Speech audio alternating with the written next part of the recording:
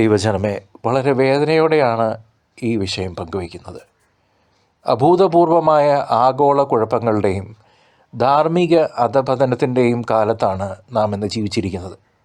ഭൂമി പാപം കൊണ്ട് നിറയുമ്പോൾ, കാലത്തിൻ്റെ അടയാളങ്ങൾ പാകമാകുമ്പോൾ കർത്താവിൻ്റെ മടങ്ങിവരവ് ആസന്നമാണെന്ന് വിശുദ്ധ വേദപുസ്തകം നമുക്ക് മുന്നറിയിപ്പ് നൽകിയിട്ടുണ്ട്. കർത്താവ് ഉന്നതങ്ങളിൽ നിന്ന് അലറുന്നു, തൻ്റെ വിശുദ്ധ വാസസ്ഥലത്ത് നിന്ന് അവിടുന്ന് ശബ്ദമുയർത്തുന്നു.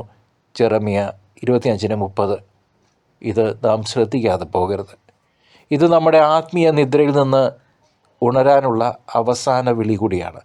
സമയം നമുക്കറിയില്ല സഹോദരങ്ങളെ, പക്ഷേ നാം ജാഗ്രതയോടെയും ഒരുക്കത്തോടെയും ഇരിക്കണമെന്ന് ബൈബിളും കത്തോലിക്ക പാരമ്പര്യവും നമ്മെ പഠിപ്പിക്കുന്നു. ഈ നിമിഷം വരെ ജെറമ്യ വലിയ ന്യായവിധിയുടെ കാലത്തെക്കുറിച്ച് പ്രവചിക്കുന്നുണ്ട്. അന്ന് ഭൂമിയുടെ ഒരറ്റം മുതൽ മറ്റേ അറ്റം വരെ കർത്താവ് കൊന്നവർ കിടക്കും. ആരും അവർക്ക് വേണ്ടി വിലപിക്കുകയോ അവരെ ശേഖരിക്കുകയോ അടക്കം ചെയ്യുകയോ ഇല്ല. അവർ ഭൂമുഖത്ത് വളമായി കീടങ്ങളെപ്പോലെ കിടക്കും. ജെറമ്യ 25:39. സഹോദരങ്ങളെ, ഈ അതീവ ഗൗരവമേറിയ ചിത്രീകരണം വെളിപാട് പുസ്തകത്തിലും പ്രതിധ്വനിക്കുന്നു. അവിടെ ദൈവത്തിൻ്റെ കോപത്തിൻ്റെ വലിയ മുന്തിരിച്ചക്ക് ചവിട്ടപ്പെടുമ്പോൾ അന്തിമ വിളവെടുപ്പിനെയും അന്ത്യവിധിയെയും വിവരിക്കുന്നു.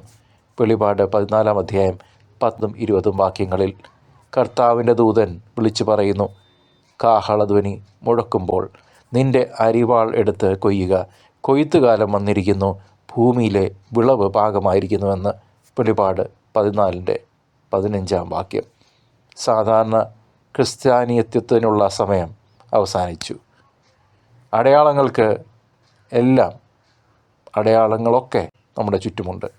ലോകം അതിൻ്റെ പാപഭാരത്താൽ ഞരങ്ങുകയാണ്, തേങ്ങുകയാണ്. പ്രവാചകന്മാരും വെളിപാട് പുസ്തകവും നമുക്ക് മുന്നറിയിപ്പ് നൽകിയ കാര്യങ്ങൾ ഇപ്പോൾ എല്ലായിടത്തും സംഭവിച്ചുകൊണ്ടിരിക്കുന്നു. ദ്രുതഗതിയിൽ നമ്മുടെ സമയം ചുരുങ്ങിയിരിക്കുന്നു എന്ന് തിരിച്ചറിയാം. നാം ഇന്നും ജീവിച്ചിരിക്കുന്നത് അവിടുത്തെ കരുണ കൊണ്ട് മാത്രമാണ്. മാനസാന്തരത്തിനുള്ള സമയം മാറ്റിവെക്കരുത്. ഇത് ഒരവസരമായി കരുതണം. ഈ നിമിഷം, ഈ ശ്വാസം, ഈ ദിവസം നമുക്ക് ഓരോരുത്തർക്കും ദൈവം നൽകപ്പെട്ടിരിക്കുന്നു. കർത്താവ് വരുന്നു. ഇനിയും സമയമില്ല. സമയം തീർന്നുകൊണ്ടിരിക്കുന്നു. ഓരോ നിമിഷവും നമ്മുടെ പാപങ്ങൾ ഏറ്റുപറയാം, ജീവിതം നവീകരിക്കാം, അനുരഞ്ജനത്തിൻ്റെയും വിശുദ്ധ കുർബാനയുടെയും കൂദാശയിലേക്ക് മടങ്ങാം. ഇന്ന് നമ്മുടെ ഹൃദയം ദൈവവുമായി അനുരഞ്ജനപ്പെടുത്തിയേ മതിയാവൂ. ദൈവം നിങ്ങളെ തയ്യാറെടുപ്പിക്കട്ടെ.